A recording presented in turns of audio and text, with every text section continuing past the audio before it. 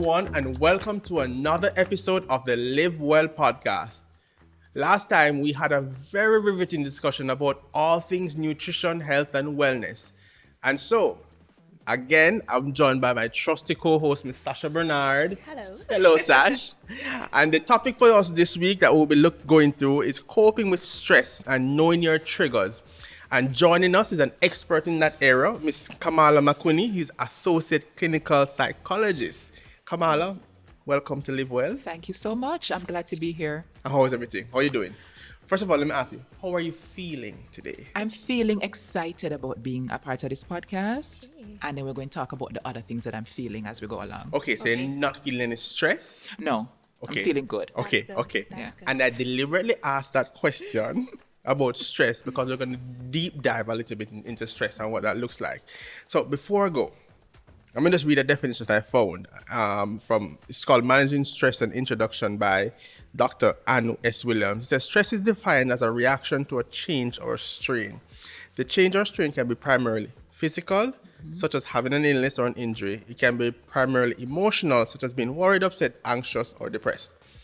Everyone has lots of small stresses every day. For example, being stuck in traffic, that's all like me. Dropping a plate, disagreement with a family member. By themselves, these stresses do not do much harm. But if a lot of stresses add up, the accumulation can make you feel like large amounts of stress. Absolutely. Everyone has large stresses at times throughout life. For example, death of someone close, losing a job, developing a serious illness.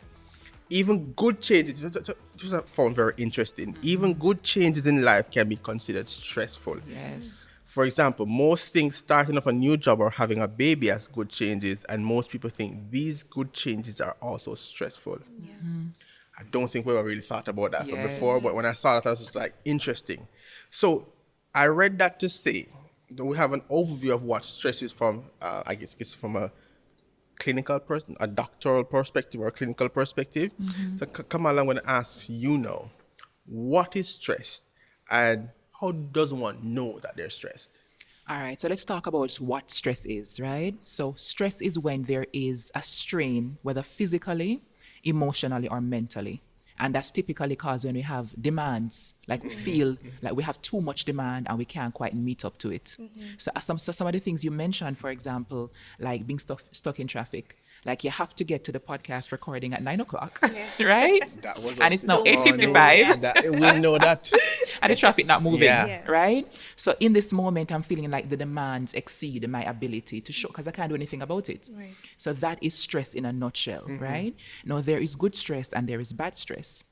Because under some circumstances, the stress or the demands that are on us actually make us feel motivated.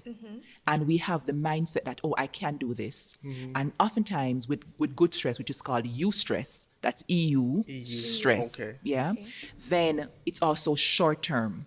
So for example, like an exam pressure situation, Yeah. like I'm up all night, I had a lot of coffee and I'm feeling pumped and I feel like I can do this. And I won't have to do this for the next 2 months. It's Right. literally tomorrow at 10 a.m. it will be all over, right? So it all depends on what our mindset is under the stressful circumstances and whether or not we feel like, yeah, man, I'm up to the task. Okay. To the second point of your question, how do we know when we're stressed? That's very subjective. But generally speaking, a lot of people kind of get a sense that I'm stressed when your body starts sending signals. Like when I'm hungry? Garf, that When kind you're of hungry? little bit. asking. Well, hunger. She said it's subjective. I know, I just... Okay. And that's why I backed up. That's why I backed up, right? Because it's real. So physical strain, like hunger can bring on physical strain because me just can't. Right. I'm not nourished sufficiently to conduct the Yeah. the day's activities. A lot of people tell me, and I know it for myself, when I'm stressed, the shoulders, the muscles start to send you signals. Yeah. You So get we tense. feel tense. Yeah. Your neck feel like concrete. The shoulders Yes. feel like, like blocks, Yeah. right? A lot of people tell me that they get frequent headaches, difficulty sleeping, or the kind of sleep or the kind of fatigue where you sleep and sleep doesn't make you feel refreshed. Right. Yeah. Okay. And some people get like even breathing difficulties, the chest gets tight, difficulties in the tummy.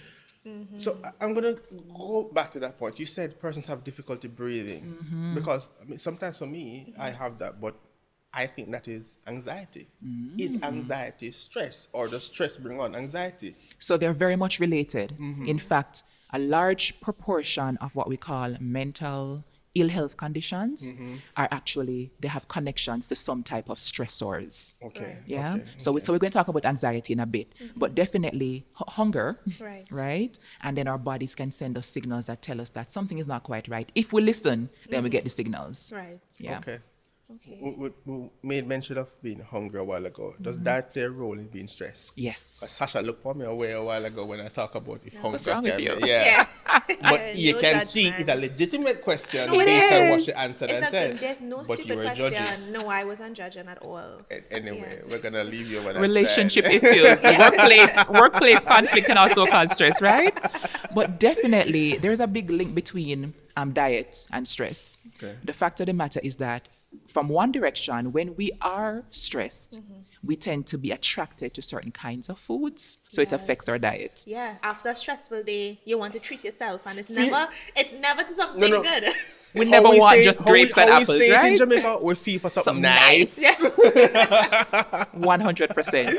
And the something nice is typically fatty. Yeah. Like I used to have this expression when I used to eat a lot of KFC, I would say, listen, I feel for some dirty food. You understand? Like I want something fatty, Yeah. dirty, Yeah. nice, yeah? Yeah. In the moment, it feels good going down. We Yeah. rarely feel for fruits or Yeah. fruit juice or Yeah. water. Yeah. It's We true, want never want a carbs. salad yet. Yeah, when you're stressed. Rarely. Long We day want at work. sweet, we want fatty. So we tend to be Indulgent. attracted to those Yeah. kinds of Yeah. foods. Yeah. So that's one direction in which stress and diet are kind of connected. Right. The other part of it now is that certain kinds of foods, when we eat them, they have like certain impacts on our bodies. The fact of the matter is that refined carbs, so a lot of those sugary stuff that we eat, those processed flours and that type of thing, when we have a lot of foods that are made from those, it typically slows our system down, our metabolic systems down, Right. and that causes us to feel sluggish. Oh, And sleep. if we're already in a kind of depressive or funky place, Yeah. then that can tip us over the edge. Yeah. Even like our goodly friend caffeine. Like caffeine is like one of the most consumed products, like across the world. Coffee gives us what we need to get through Yeah. to meet the demands, Yeah. but coffee can also kind of affect persons who have anxiety. Yeah. Because a lot of people tell you that they feel jittery whenever they drink coffee. So that kind of a go can also have a negative impact yeah. as well. So we have Yeah. to be careful about the amount then that we That we consume. consume. Okay, and I have a question. I think I know it's a myth, but I'm just running it by you. At one point, I think they used to call bananas. Is it the happy fruit or something? Because Yes. bananas had something in it that was supposed to make you feel good. Personally, that means I'll never be happy because I don't like bananas. but that is a myth, right? So actually, bananas and some other fruits tend to have like, because of the fructose, it tends to give you like a healthy lift in like your energy levels. Okay. And then banana has other minerals like potassium, Right. which is connected to like heart function. So it tends to give us like a general good, good feeling. But again, a lot of these, Garfene and Sasha, are rooted in whether or not we are sensitive enough in our bodies to even feel these feel the differences. Because differences. not for we eat the pancake and the whole heap of other things them, and we're just like, I'm fine. Yeah. But we don't take the time to really tune in to say, Correct. So I had, based on a point you made note a while ago, in terms of how our bodies feel when we eat certain foods. After we eat a nice, robust meal and we feel sluggish, I would say, ethnic fatigue. I will use the other term, but Yes. ethnic fatigue. Is that something that it indicates to us that we ate something wrong, or yes, just eat too much? I'm going to go on record as saying generally yes, because the fact of the matter is that when we eat, we're supposed to ideally feel energized by the food.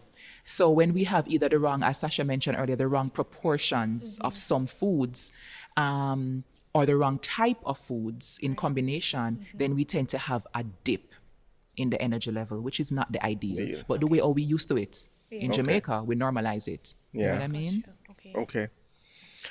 All right. So what I want, an interesting question that I saw when I was doing the research is I saw a lot of things coming up dealing about stress. But then we're also facing more than in a while mental health issues. We're seeing a rise of that now. I don't know if it's as a result of the pandemic, but we're seeing a lot more cases. How do you differentiate stress from other mental issues, and can it be differentiated? Yes. So stress, as you mentioned earlier, tends to be a response in the like a particular state. At this time, my demands exceed my capacity. Mental ill health now is a more protracted type of situation where we're having symptoms which over a period of time point to a condition. So it's not just today or for the week I'm feeling stressed. A lot of the diagnosing of mental ill health conditions speak to I've had these symptoms for like 4 weeks or more.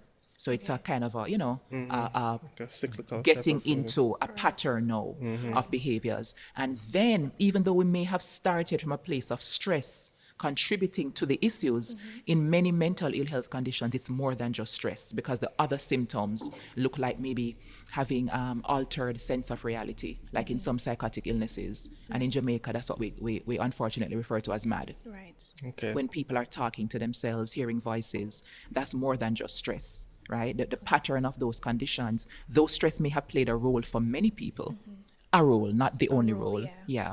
Then, of course, the cluster of the symptoms look very different and are more intense. So would you say then that stress, and I'm putting it very, I guess, a blanket statement, would you say then that stress is normal, whereas some of the other symptoms may be considered, I don't want to use the word abnormal, but not normal? That's a very interesting question. And even when I was studying, which was quite a few moons ago, there was a lot of debate around even how we classify mental ill health conditions as abnormalities. Right. Because, for example, let's talk about depression. Yeah, the big one. Depression, there are many psychologists, many therapists, many experts who will say, look here, though it's classified as a mental ill health condition or mental illness, it is a normal reaction to certain conditions. Because if you lose your favorite person in the whole wide world, Correct. it's understandable that you don't want to work. Like, what is a work? Yeah. What is a deadline? What is food? How this coming? Yeah, How is yeah, this yeah, relevant yeah, to yeah. the big picture of my life? Things like feeling hopeless. It makes sense within the context of what you're going through. So I personally try to shy away from the normal versus abnormal conversation and look at, is this serving me well? Because it depends on the context in which It it is depends on the framed. context, Yeah, yeah. yeah. But of course, depression does not serve us well in the medium to long term, though it's understandable that I could be depressed. You get what I'm saying? So it's like a framework of not judging Right. where we are, but then figuring out how can I move myself from here to a better place. So like the management of the Yes. emotion. Yeah. Gotcha. But how do you sensitize people to that? Like your friends and family members to what we're feeling? I don't know. How do we, one, articulate it or let them know? How do we let them know how to show up for us in that time? And this is a big piece of the wellness conversation, Garfene and Sasha, which is about how we have relationships. Because that's a huge piece of what affects Yes. many of us. Like maybe 65% of enough people's stress is due to how we relate. Correct. And I don't only mean romantically, obviously. All of our relationships with other human beings. Workplace, family, loved ones, intimate, all of those things. The fact of the matter is speaking up for what we need is a huge piece of bolstering positive mental health. And it's hard for many of us because we never learned that. How do you tell somebody, I don't like it when you do this? Could you not? Yeah. Like it sounds easy to say, but depending on who it is in our lives, Yeah. it can feel like climbing Mount Everest. Yeah. So your question is so powerful, and it's a journey. To answer it, it's a journey. It's a journey. We have to flex that muscle. Yeah, I I like think that. I mean, within friendships and relationships, I feel like that should be a goal, to be able to be comfortable enough to say, and I mean, we're also talking about knowing your triggers. I feel like as Yes. friends, I'm not saying that we should be responsible for each other's mental health or mental wellness, but we should have an understanding of the triggers of our friends so that we know how to relate to them so that they can live, I mean, and back to the theme of living your best life, you know, so knowing your triggers and relating to people, like, you know, they say the love language, love the person in the language that they want to be loved. Correct. Yes, similar with triggers, knowing how to relate to them to avoid the triggers. I could just say what she said. Yeah. Love that. Drops mic. Drops mic, right? That's a good one, Sash. Yeah, I'm actually a big advocate for that when it comes on to the love languages. For me, not only in my relationship but friendship, I send the quiz. I say, hey, do this. Let me know who you is. Because it helps me to know the persons that I'm surrounding myself with. So I thought that was very interesting that you should say that, Sasha, which would now segue really nicely into my next question. Is being triggered natural? And how do you... No, that's my first question. And the second one, how do past experiences with trauma factor into current experiences with stress? So if you'll allow me, I'll start with the second question because Not a problem. it flows, Flows, nice. Yeah. hey. All right, so we could talk about trauma now. So we talk about stress, we're going to talk about trauma. So trauma is a very popular word now, right? I have trauma. Yeah, all of us. And the fact is many Traumatic. of us have trauma, right? And they don't say it properly all the time. I don't know if in Jamaica they say trauma. They say trauma. They say it's trauma. We say that, we say that here too, quite a bit. Yeah. So trauma is what happens when there is an adverse experience. So something bad happened to you. And importantly, so it's not just like not getting what you want in the I supermarket. thought I was gonna say. I mean, I was Right. ready. I was You're waiting. ready Oh, I'm prepped, right? So it's not just, like Bridget sell out my favorite sandals, right? It is an adverse experience that exceeds our capacity to cope. Okay. So the exceeding piece is what well, is can I say that again, please? That sounds deep. It's exceeding our capacity to cope. I feel like I had this. Yeah. All right. Okay. Okay. So pretty much, again, there's a subjective piece because sometimes we like to compare our traumas. And it's Yeah. like a trauma Olympics, like we are trying to keep. Correct. Yeah, Correct. boy. Yeah. I would like to That's tell true. people that, so when I was younger, this happened to me, but you only like had a parent who like migrated. Like, what's your Like problem? that's Yeah, no big yeah. deal. What's your Big deal. problem? Yeah. And if there's one thing I want to leave on the Live Well podcast today is we need to stop that in the spirit of living well and enabling other people No, to hold live on. well. I'm thinking we first look Yeah. and tell them Make direct that we're gonna. eye contact. Yeah. Yeah. Let me say this one more time. So, as much as we can, let us drop that need to compare traumas and like we want to run a trauma Olympics. Everybody's experiences are valid. Even if we don't get why it was traumatizing for them, it don't matter because it's not your situation. It's not about you. Correct. Yeah. Stop invalidate people and them Hey, feelings. listen. Okay. Yeah. Yeah. And we're here to foster living well Correct. individually and like in our community. Collectively. Yeah. Yeah. So when something happens that we never have it. And that now segues into the symptoms or the impacts of trauma, which can be long lasting or it can be not so long lasting. But the fact is that trauma is trauma. So for example, some situations like certain, they call them ACEs, ACE, adverse childhood experiences. So having a parent incarcerated, for example, has been proven to, in many instances, have a traumatic impact on children. Okay. Yeah. Of course, And those impacts can sometimes linger with us for years, Right. especially when we didn't get the support we needed. Knowingly or unknowingly, To which can to they which we- linger? Can they linger with both. us? Yeah. Because sometimes we have not gotten the permission from our society, from our family, deal with to it. even know say this name trauma. That's true. Yes. To even frame it as Yeah. not normal. Yeah. Because Yeah. unfortunately in Jamaica, and I dare say in many Caribbean, like many of our Afro-descendant part of life. Yeah. places, It is what it's it like, is. okay, your father did go America when you're 6. But if you never go, you would have starved. Yeah. And you're like, yeah, but So you rationalize your trauma to be something that benefits you in that way, kind of. So in many ways, we are almost terrified to call it trauma because it makes us feel like we're weak or we're Weakened. complaining, It's not we're labeled whiny. correctly. Exactly. Gotcha. And we're all about the strong push-through culture. Correct. Like just Yeah. keep it going. Yeah. So those things can linger, the impacts of them, even in our bodies, because we have things called transgenerational trauma, where it happened to my great-great-great-grandmama, but it's somehow stored in our genetics and it's passed on, the impacts of it. Yeah? And that plays out in our bodies. Right. So that brings us now to triggers. And with that's what you mentioned a while ago, that nice fancy term.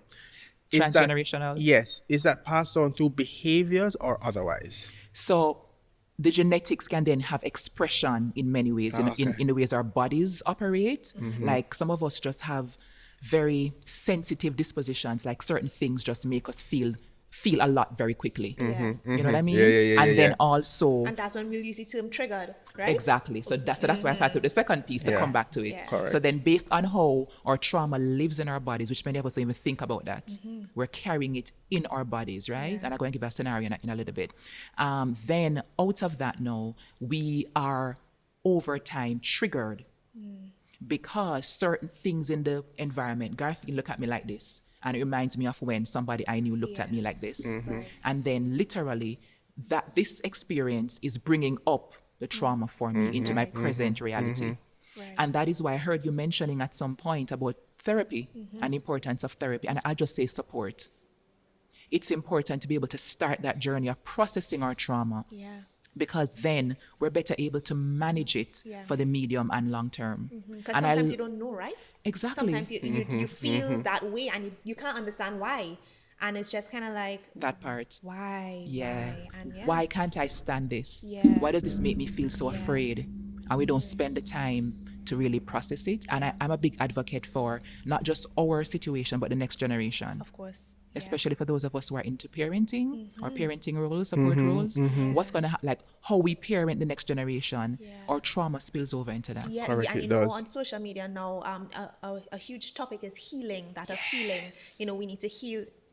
I don't. You tell me, Sasha. You on TikTok. Yeah. You tell me, It's Sash. not TikTok. It's just general. I know you've seen it, but you know the whole absolutely. concept of healing, because hurt people hurt people. Yeah. And like, you know, I guess this is the whole transgenerational thing as well. They talk about, like, you know, parents with unresolved issues and it transcending to kids, and you needing to heal from this before you get into a romantic relationship, and it's just kind of like a domino effect. It is. So I really appreciate what, like, you know, where you have, I feel like I need to be listening to this podcast, not on the podcast. I feel like I'm very invested. So you know you're having a good convo when you want to go back in. Just a quick question to segue into, but based on what you both said a while ago, do you think slavery is an aspect of something that's triggering? Slavery is one of those experiences which has contributed to transgenerational trauma across the diaspora, right?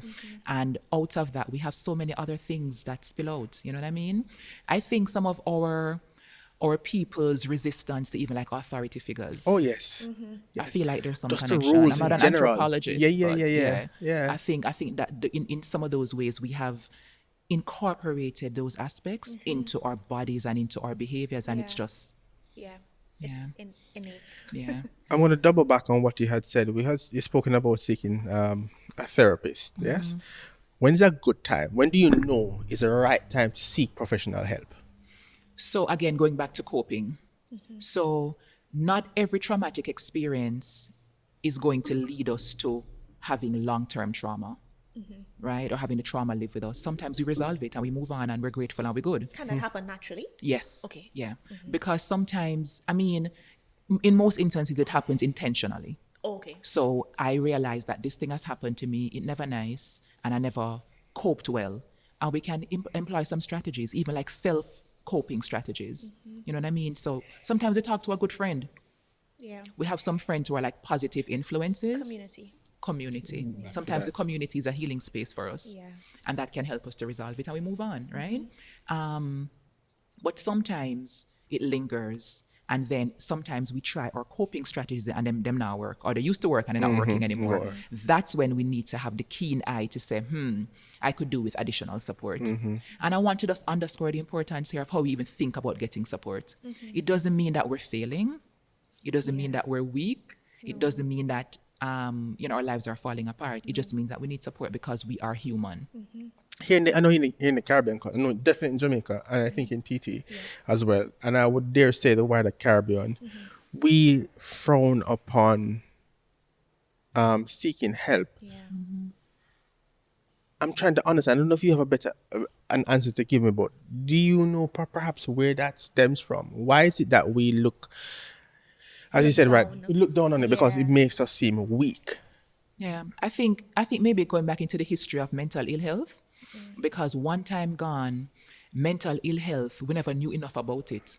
So we only considered things like schizophrenia, where in our minds people are severely disconnected from this reality as being the only type of mental illness. So when we think of mental ill health, we think about people who are gone. Yeah. Like we can't even have a conversation with them. And so we don't want to be that.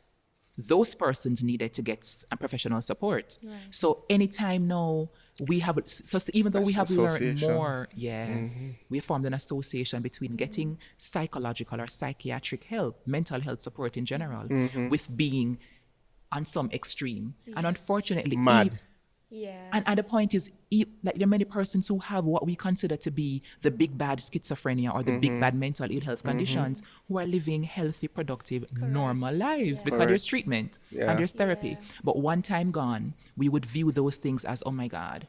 So I don't want to be that. So I'm not going to do what that person did. I.e., I prefer to just like, i.e. therapy is not for me. And I feel like society has such a huge role to play, like in individual wellness. And I say that because should society change their perspective, a lot more people will be open to getting the help that they need. Absolutely. And put a disclaimer, my passion is health education, right? That's what I'm studying. So I feel like we have a responsibility then to sensitize the public as to what mental health is, what mental wellness is, what mental illness is, and therefore show them that, listen, all of us have a little tinge of something in us anyway, and even if we don't, therapy is not something that should be shunned. As you said, talking to a friend could be considered therapy, talking to a parent, talking to a loved one. Therapy, just because you go into a four-wall office with somebody who is certified or trained, it doesn't make it something bad, you know? And I feel like that's what we need to get across to persons, that this is something that should be embraced rather than whatever the opposite of embraced is. Shunned. Stigmatized. But what do we do to go on that point? What do we do when we are shunned and rejected? What next? So I think we have to go to a place of individual intentionality and accountability about me living well. Kamala, your first job is to take care of you. You are not feeling your best self. You owe it to your good self to go and seek some support. And hopefully the community will be responsive to that. But even if they are not, I cannot live in this space of not being well to make other people feel whatever. Yeah. You know what I mean? Yeah, but I understand that, but is there a right way to deal with that rejection? And here's, before you answer that question, I'm gonna quote one of my learned friends again. You know, surrounded with the bright people, and it says the title of the article is, and tell me if you know it. Rejection is an ouch in the soul. I don't know it. Rejection is a feeling of not being fully accepted or accepted at all. This can result in feelings of shame, sadness, and grief. Rejection is really a big ouch in the soul, in the brain too. That sounds vaguely familiar. Vaguely Garfield. familiar. Where did you find this? I want to listen. It's I a tell weirdly you- titled article. Listen, I did my research. Yes, look at you. Did she write it? So Okay. yeah, so I want to find out how, with that said, how do I now deal with that after my friend said, boy, I just can't, I don't want to deal with you. Yeah. Yeah, so this is now a beautiful foundation to talk about our own individual wellness journeys, because this is where we have to be intimately involved with ourselves. Because some of us are disconnected from ourselves. Correct. And the pandemic showed us that, where we were terrified of how the pandemic affected us because we have been, in some ways, kind of hiding behind our connections. So we didn't have to face ourselves because we're always around people. Yeah. So the fact of the matter is that we have to be on this journey where we're building up our sense of self, where our self-love is at all, we're always working on it. Because out of that now, Garfene and Sasha, we're in a better place to deal with rejection. Rejection will always feel like an ouch. But the fact of the matter is that when I am grounded in who I am, what I need and what I'm not accepting, i.e. boundaries, right? Yeah. Then if somebody says, Kamala, I don't want to sit with you because I think your jacket is too red. Yeah. I might feel a little type of way, Yeah. but then ultimately I know that my life story is bigger than that. Correct. And I like my jacket. So. Yeah. Correct. And then also there are some relationships which make it harder. Because if somebody's closer to you or has greater influence in your life, like some of our parents, then it's harder for us to say, well, I don't care. I'm going to do me. Yeah. And that's okay too. So we're normalizing feeling away. Yeah. But what my message here today is that we don't have to stay in the feelings. Like there is a way to get support and to build up ourselves to better manage those feelings. Because let's be honest, not everything that we feel is true. Correct. Sure. Don't trust your feelings. Yeah. Sometimes we have to just say, girl, me know say you feel it strong, but here what? Sometimes that's contextual as well. Yeah. That certain context that makes us feel the way we are. Yeah. So it's important for us not to build our houses in how we feel, but to realize that this doesn't have to be my forever. And that's what therapy, that's what support, that's what self-coping strategies, all of those things can look like. I love that. But This how me doesn't get have to there, be my so? forever. This doesn't have to be my forever. Correct. I feel Because like I'm everything going is to be temporary. saying- Yeah, I'm going yeah. to be saying that right through the work day now. This does not have to be my forever. 5 o'clock will Yeah. come. That don't mean you Yeah. mustn't do no work in a No, session. that doesn't mean that at all, but it means that I could not be stressed. Because I feel like it's also a mechanism we could use for stress. This, whatever is stressing you right now, is not It's going not to gonna be be. forever. Yeah. Yeah? Yeah. Yeah. That's part of the strategy I adapt, actually. For real? Every single day. Even outside of work, whenever I'm going through a difficult time, because we all have those moments. It might sound cliche, but it's one of my favorite phrases, Yeah. this too shall pass. Yeah. Because I know on the other side of Yeah. that problem, it might be my time to shine. It's when I'm gonna, and my glow up is coming. Yeah, And I that's just know, for me, honestly, when I look at my life and I see the times when I've been down the most, right on the opposite side of that is when I was living Something my nice. best life. Yeah. So whenever it is I find myself in that position, all I focus on, no man, something gonna come, something else gonna Yeah. come. Just I'm ready gonna up yourself. ready up myself for what's next for But me. that's hard though. Like It is. I tried, but you have to be so intentional about it, not to get That- caught up. that's our word for That's the day, I what it think. is. Okay. That's what Intentional. intentional. Word of the day is intentional. Brought to you by me. Snap, snap. It is. It's about being Yeah, intentional, yeah, and no. it's going to piggyback as well as something that Kamala said. It's also about setting boundaries. Yes. So That important. is something. Oh God. Yeah. Oh, That could be a whole thing by itself, like the well relationship and what that looks like. Yeah, no, and let me tell you, like boundaries is something that I only started to consider maybe let's say 5 years ago. Before I just used to live life, and boundaries, I mean, you know the word, but it wasn't important. And as I found myself getting older, I felt like boundaries were really not getting younger, right? Yeah, I feel like boundaries are so necessary, especially in, and again, I'm going to say the preservation of mental health. Like without boundaries, you will literally go crazy because 100%. anything could happen. and that's boundaries across all facets of your life. Yeah, the yeah. personal, Everything. the work, and Correct. just the platonic as well. Yeah, Sometimes Kamala said it earlier. How do we tell the ones that we love the most, like, listen, I feel that way because of this. Yeah. Do not do this because it does this. Like, Yeah. those are conversations that we Essential. have to have. They're very Yeah. essential. There's a quote that I like by someone called Prentice Hemphill, and the quote says, "Boundaries are the distance at which I can love me and you simultaneously." I love And it makes me snap every time I say it. Nice. I love Like it. I follow Prentice on the IG streets because I'm like, this quote just gave me life. The boundary. So when I do like workplace well-being support, Yeah. we just drop that in the room because we tend to think about boundaries only in terms of like people who we're close to. If we're relating with a human Yeah. being, Correct. boundaries I are know it. essential. Yeah, no, I agree. And I feel I need to follow that page because I just say it's a little more rough. I just say I don't have the mental capacities to deal with this right now.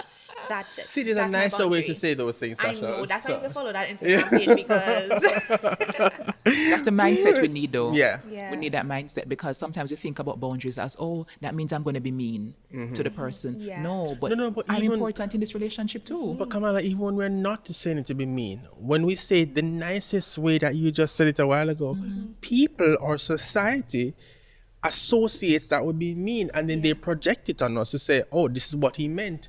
I never say it like that. yeah, And correct. Garfene, I'm at a place now, call it my old age benefits, where I'm just like, listen, and so what? Like Oh, I mean that too. I would ask my clients, like, and now what? Me that Yeah. too. Or, and what does this mean for you? Yeah. Because people are going to people. Yeah, correct. People are going to say, And we're living in an era of peopling. listen, Yeah. Yeah. like it's human nature to ask for what serves us well. It's human nature to seek out what serves us well.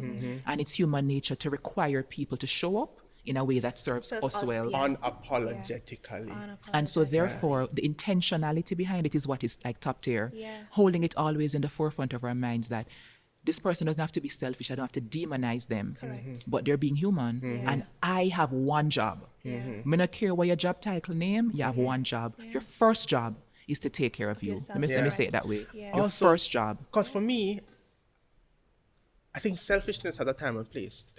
For me, I don't think anything is wrong with selfish. Yeah. Because for always for me, it's the intent. Yes. What is my reason for being selfish? It is perhaps because I don't have the capacity to Yeah. put you before me at this time. And so I am choosing to do Yeah. what is best for Serves me, me, yeah. or is going to serve me right Yeah. now, so that in the future, Yeah. I can probably perhaps serve you even more than you better. anticipated. No, I totally agree, because a lot of times we have, and I think I spoke about this on my social media as well, because I said that I was entering my selfish era, but a lot of people have this The connotation society put that of, negative on you. yeah, like Yeah. selfish is such a negative thing. But if we look at it from the perspective of wellness, if you're being selfish for your own well-being, I feel like it's not to say that you are neglecting everyone else and becoming self-centered. Correct. But I feel like, you know, Can I say something here? Yes. Because I agree with both of you in principle, but I think we have done ourselves a disservice by even calling that selfishness. Correct. Correct. So, Fair. to That's me, true. this Yes. is self-care. That's Yes, true. it is. It's It's my self-care. self-love, it's Yeah. my self-care That's actually very true. situation. Yeah, we should not that's label it. it negatively, yeah. And it shows us how much we have been socialized to believe that doing anything for me is You're automatically right. self-absorbed or something Yeah. close to being Correct. Or self-absorbed. something Correct. we need to apologize For. for. Exactly. And that's what they say too, you know, because sometimes I talk to my friends and, you know, I say, sometimes, you know, you really don't feel like answering the phone. Something as simple as God. having a conversation. And, you know, I will talk to people about it sometimes and I find myself apologizing. And the truth Why? is, they say, if the person cares about you, they will understand. They will understand that maybe now it's just not the right time. Like, yeah, you need me, but I also need me. So, yeah. And a very interesting, I think that to go back to that topic, what persons can do if it is that you're probably going through a situation or a scenario. I've seen a lot of times where people just come and they throw them advice or they tell you what to do or whatever it is. I think in this day and age especially, it is not, it's going to tie back to me giving my friends the quiz to find out their love language. Yeah. How about you find out what do I need at this point? How can I Yes. serve you right now? I love that. Do you want to Reciprocity. talk Yes. about it? Yes. To just vent? Yeah. Do you want me to offer my advice? Yes. Or you just want to just lay down your ball together? Which Yeah. one? Yeah. 199%. And then we can see how we Yeah. can gel to make me feel better. Yeah. Because sometimes I just want to talk. I don't want to hear. I don't want your Yeah. opinion. Yeah, And I I know what. Perhaps sometimes I know what I need to do, but in that moment I don't want to Yeah, hear don't it. want to, yeah. Just ball with me, us together, do whatever it is, and then let Yeah. us. And that's important to our community as well, because I want to big up my friends right now, because a lot of times, you know, you find yourself, sometimes I get messages like, hey, I need to talk. Are you able to? Do you have the mental capacity to? Correct. You know, I had a friend ask me the other day, how can I be a friend to you? And I felt like That's when I beautiful. watched the question, I kind of was like, what I mean? But then when I thought about it, you actually, I didn't know. And I had to think, how can you be a friend to me? And, you know, so I feel like we have to, back to the word intentional, but we have to be intentional in our relationships as well. Who we surround There- ourselves Yeah. with. There is no other way. I remember having a conversation with somebody and they dropped call it a quote on me. They said that, Kamala, I don't start the day without ending it on paper. And I was like, oh, okay. Intentionality. And when I asked her, like, what makes you show up this way? She said, because otherwise life just happens to you. The day just happens to you. Yeah. And things like friendships and all types of relationships. There is no level up way to live outside of intentional living. Yeah. Because otherwise we get too busy to exercise. And we get too busy to choose our diets, right? And we get too busy to speak to our partners with love and care. And then we just pop down. Yeah. It's like a low level vibration. You understand what I say? So intentionality, again, the word of the day. Yeah. Intentional. Definitely. Love it. I love Yeah, it. I love these kind of yes. discussions. We're having a Yes. fantastic time. Yes. But no, I think that's it. I think we really and truly put on perspective as to what it is to cope, what it is to be resilient in things that we're doing, Yeah, but in I the have a spaces that question we are. about that, about Yeah. coping, because we don't talk about what are some coping mechanisms. It's true. We never even. Yeah. Some practical pieces. Yes, So, let's go. Because I mean, there are so many unhealthy coping mechanisms, so we need to Listen. find out. And how we to don't even know counter- that they're unhealthy. Correct, Yeah. but they feel good in the moment. Yeah. You know, that short term. So, what are some ways that we could and let me be very specific then. Healthy and inexpensive ways, because some people also consider therapy a little expensive. Huh? It's true. I think some people may be willing but unable. So, what are some other ways then? You know. But then you also have people. Sorry. No, We talk also, it up, we man. also No, have it's some true. people who go into these therapists and spend all this bag of money, and them They do it for the wrong reasons. therapists called don't make no sense because it's not helping them. Yeah. So So there's a real accessibility issue with therapy, and I have to admit it. It's not a little tubs of money to go. Yeah. So I'm a big up any workplace who offers that kind of support to their Yeah. staff in any way, shape, or form. Okay? I'm here repping for you all, right? Big up yourself. So that's one. But in terms of like coping strategies, I think one of the most important things we can practice doing is to become better at the mind-body connection. And a lot of Jamaican people right now probably say, Lord, you got in the land of the non-Jamaica space because we think it's like airy-fairy. Our bodies try to tell us so many things, Correct. but we are not listening Listening. because we're not trained to listen. Yeah. Yeah. If we can become better at realizing that, wait a minute, something this person just said is making me feel away. So one of the things I try to teach, like especially corporate folks to do, is to become better at processing our emotions daily. If even at the end of the day, when you're about to take a shower, ask yourself, Garfene, what was today like for you? Is there anything lingering with you? And then to go deeper, Yeah. to say, you feel away. What away mean? Because Jamaica What's people away? love Yeah. stick pan away. Yeah. When you say away, what specifically? And Garfene might say, for example, I felt unheard at the podcast table today because Kamala never let me talk. Yeah. Then we have data. Sometimes we demonize certain emotions like rejection, feeling rejected, or feeling angry, but they're all data. They're telling us something that we need to listen to. So out of you saying Kamala made you feel unheard, then you have a tool. You can do something about that now. You can either say, tomorrow, I'm going to say to Kamala, yesterday I didn't like this. You can speak up for what you need. Right. Or you can check yourself to say, is it a me issue? Yeah. Correct. Do I need to talk to my therapist self-talk about too. my rejection triggers? Yeah. So that's something that we should all practice doing. Otherwise, we end up at 2 a.m. going to the bathroom and we say, say Sasha out harder. And we start to ruminate and we start to cuss Sasha in the bathroom and Sasha is not there. Yeah. Yeah. Yeah. And that helps nobody. So processing our emotions daily is one of the things we can practice doing. Some people journal. Yes.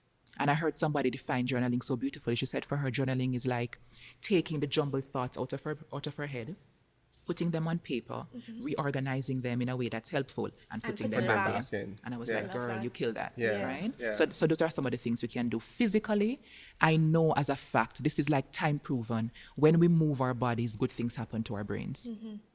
This is my morning time It's exercise. true. Yeah. So that means you shouldn't be stressed throughout the day at all. I'm not. You ever see me flustered at work Hey, yet? Huh. talk your talk. I just actually, my boss said that to me the other day. She's like, yeah, I've never seen you flustered. I'm just like, you're never gonna. Yeah. No, type of thing. absolutely. Like moving our bodies changes our minds. So let's do more of that. And then if there's two amazing. things that we can practice in our relating, because that's a huge piece of well-being too, is practice these two questions. What do you need? Speaking to yourself, or say, what do I need? And practice asking people, or if you're stopping to consider, but that the girl I have needs to, Yeah. that man I have needs to, the woman I have needs to, asking ourselves, what do I need? And pausing to reflect on it and asking those around us in different ways, what do you need? Yeah. Do you need this advice right now? Do you need a scripture? Sure. Yeah. Sometimes I don't want to hear about, I don't want to hear the piece, I want you to tell me, say, girl, I'm would stress out too. I want you to validate my stress, strength. my freaking out. Yeah. Like if it were me, I would stress out too. Yeah. And then we can move into solutions. Yeah. Yeah. But come sit down in night with me first before you start to I love through that. certain things. I love that. that. And like you, Sasha, I'm probably gonna big up my community, my tribe for being that for me, because sometimes they do that and there's a sometimes need they- for They it. don't even know that they Correct. do that. They ask me those questions Yeah. out of the blue, and I think sometimes it's because of what you said earlier. Whether my body language or if my tone of voice, they're able to pick up on that, and they do it. This And is something that's sometimes, 100. yeah, I'm really like when they say, "You ready for a drink?" Or let's go get sushi, like them That things. part, Yeah, they but so know, yeah. it feeds that part of me that for me it's not the act, what is the thought behind it. course, yeah. They know that something is wrong and we're gonna try and feel To better. fix- So yeah. No, I agree. all I'm gonna say is get you some friends, some co-workers, some family members who get you like that. Get you. And Yeah. also, I think it's important to be aware of the resources that exist, because I can't speak for Jamaica, but I know in Trinidad there are free clinics, like in our health centers and stuff, where you may not have the money or the community to support you, but you could visit a clinic. So it's not to say that there is no hope Yeah. You know, Yeah. everybody has an option. And I want to say that I feel like there's always some avenue that you could tap into, even if you may not have the same resources as someone else. Absolutely. I think Yeah. intentionality, again, it comes down to that. Correct. Like, Correct. there's so many self-help things that we can tap into Correct. if we can't afford like a full-term therapy, Yeah. journey. Yeah. And even for things like anxiety, which is, I hear so many people talking about feeling anxious now. There are strategies, there are million strategies online that we can access to help us to just manage the ruminating that comes with it. First of all, you just did one a while ago. Remember when we were The talking and she's like, breathing. oh, breathe The in. deep breathing. And it's like, 3 Mindfulness seconds, meditation. Easy. Yeah. Absolutely. Easy. And for some people that don't want to hear somebody who looks like them, they don't want like a white person, for example, doing it. You have like a multitude of people. Some people are religious, some people are not. Yeah. And there are different types. Yeah. For like anxiety, there are things that help you to focus on what you can control. And that by itself is a coping strategy, Yeah. right? Like, I can't control the traffic. And certain of those other things, externalizing, Correct. right? Mindfulness meditations can help us on that journey. Yeah. And we don't have to sit in front of Kamala to get those. Yeah. We can Google it, we can YouTube it, and we can, and the hard part now is actually practicing it. Correct. Yeah. Yeah. And because we think it's so difficult, I think, because I don't want to disclose so much of my information, personal information in this podcast. Yes. But I do have bouts of anxiety. I don't know what to call it, right? But bouts with anxiety, full Yeah. stop. And I did go to therapy, not any long lasting thing, right? For a period of time until I felt better. And that's okay. And the person, the therapist, she gave me things to do. She said, you know what? Go on Amazon. They have workbooks, they have coloring books. So Yes. I went and I bought a lot of things. And there were workbooks. Some of them got boring, no lie, but coloring. Yeah. You know, something just as simple as focusing and coloring. Staying within the lines. Yeah. Yeah, you know, and so I think that we also need to explore options to see what, because I mean, you don't have to go and back. You may have a coloring book home. You could even draw a little outline and color, you know. But there are so many things that we could do to deal with our stresses, because every day is stress. I don't think, sometimes I'm stressed because I don't know what to eat. Sometimes I'm stressed because I have so many deadlines. I feel overwhelmed. I feel like being stressed is inevitable, but we have the power to deal with it, you And know. that's the part. Yeah. That's something I try to help my clients to focus on too, is you are not powerless. I say that to them a lot. Let's remember the many ways in which we are not powerless in this situation. I have agency. I can do some things, and that's important. And on the note of therapy, I want to say that as somebody who is, I used to do therapy one-on-one for folks. I'm not doing it anymore. I'm focusing more like corporate spaces and group sessions. But in that space, it is an ethical consideration for me to also have support. So I have a therapist. Of course. So nobody have no excuse, Correct. Correct. especially because of what I take on. And because I'm a human on a lot. being, Yeah. you need somebody to help you work through it. And it's a hugely powerful space. Sometimes your friends are biased. Yeah. Or your friend want you to cuss out the girl and tell your boss about them parts. Yeah. And that's not helpful. Correct. Yeah. You need somebody who can be a neutral third party to And guide you. sometimes all it takes is one, because I realize now, even though there still is a stigma attached to therapy, a lot of people talk about it very freely now, I way love more that. free than a few years ago. So I feel like all it takes is one, and you realize, hey, but this is still my friend, they're still cool, nothing wrong with them, they're not mad, this, that, and Exactly. it Yeah, can become a I thing. think a lot more people are now telling their stories. I mean, a lot more open. That's Yeah. one, and two, I think the rise of social media. Yes. That's one of the good outcomes of it. Yes. Definitely. It's allowing us to realize that there are a lot more people out there who they need help, they're seeking the help, and they're better for it. Yeah. So I can do it too. So yeah, fantastic. Wow, I love this conversation. Love this conversation. guys. It was Yes. good. Snap, snap. So thank you. I think we're gonna wrap this episode. This was coping with stress and knowing your triggers with the wealthy coach. Yes. Well, WELL. yeah, I would know that WELL will lead to the WEALTHY. Come on now. And so it was. I It was see you. Yeah, I yeah, see yeah. you. Hey, dropping bars. Yeah. It was a fantastic time. We're going to wrap up and we're going to say thank you so much for joining us. And remember, if you want to check out this conversation and more, all our socials, we're on Nestlé Caribbean, Yes. on Twitter, Instagram, and YouTube. And if you want to follow The Wealthy Coach, your social media handle Kamala? is at White Lotus Blooms. At White Lotus Blooms. Got it? It's giving calm. That's what I see, white lotus blooms. Well, my first name actually means lotus. So lotus is everywhere. Like, There you go. There you go. yeah. Love it. It's guys, come on, it's giving wellness. But also when they check us out on social media, we want them to participate in the conversation as well, right? Comment, give us feedback. There may be things you agree with, things you disagree with.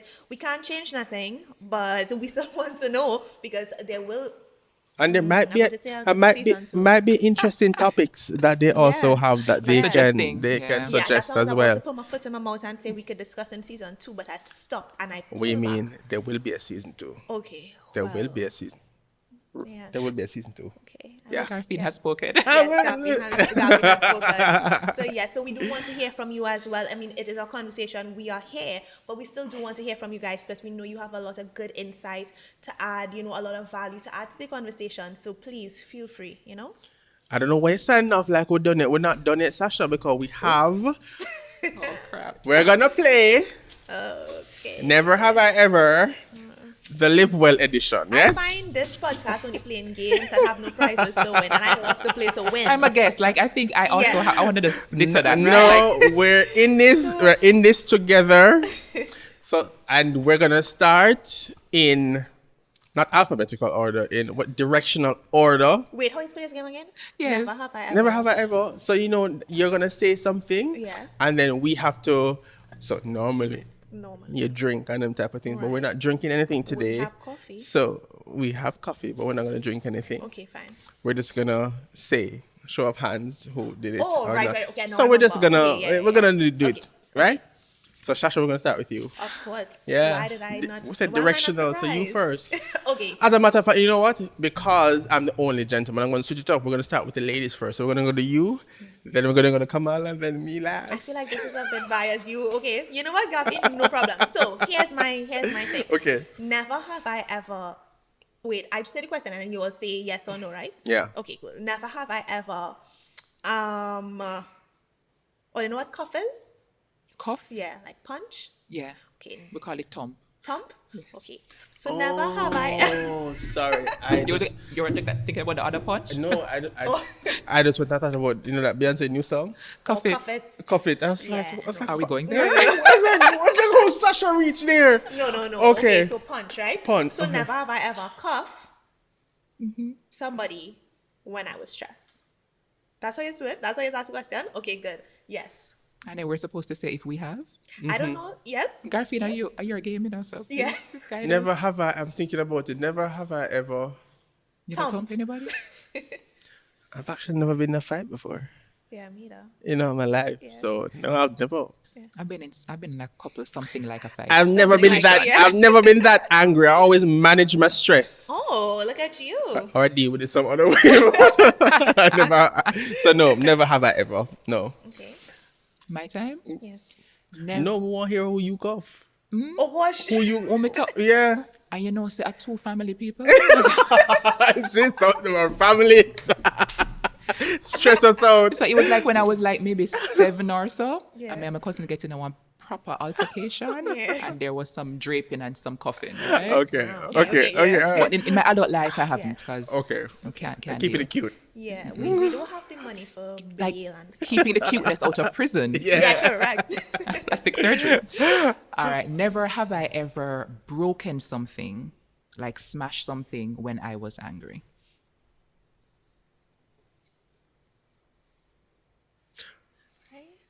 I've done that. For real. I've done that. What? Yeah. I think it was a glass. It was. What was it again? I think it's when I had just ended a relationship. I think, and honestly, it's a blur, so I don't remember everything. Right.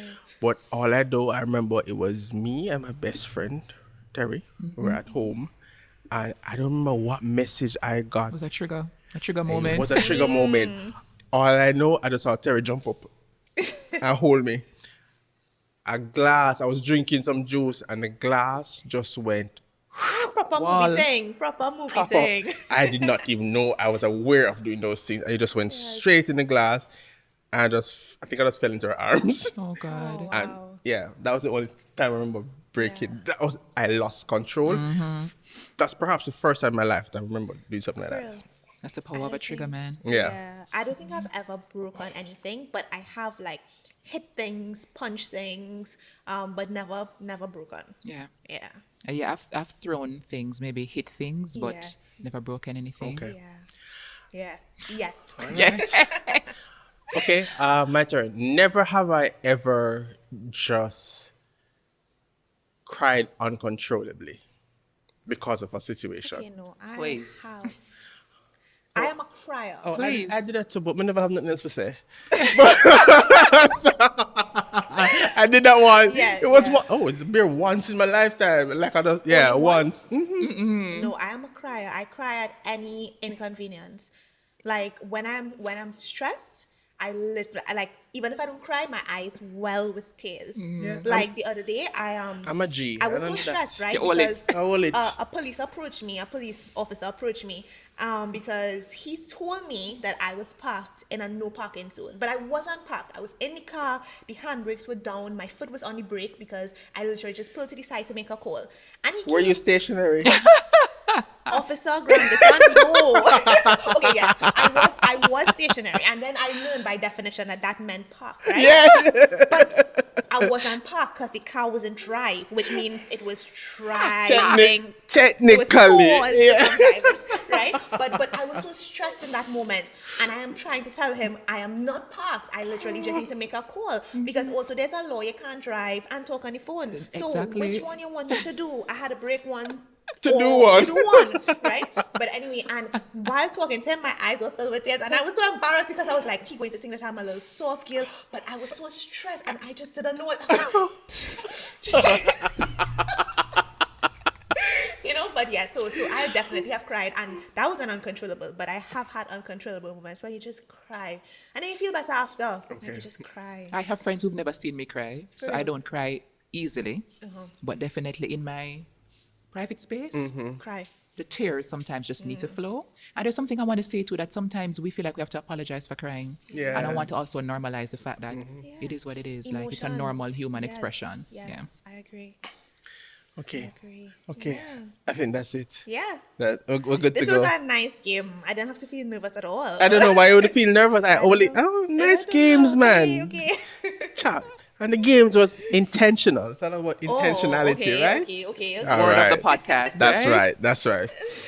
Okay, so that's it. We're going to wrap for this week. It was, again, another session of a riveting discussion where we spoke about, resilience and stress and what that means. How do we cope? What do we do? Who we surround ourselves with? What does rejection mean and how that can redirect our lives. We really hope that it was informative and insightful for you. Thank you so much. Not doctor, Lord Jesus. Yeah. I'm speaking into the bean though. Actually, You're doing it too.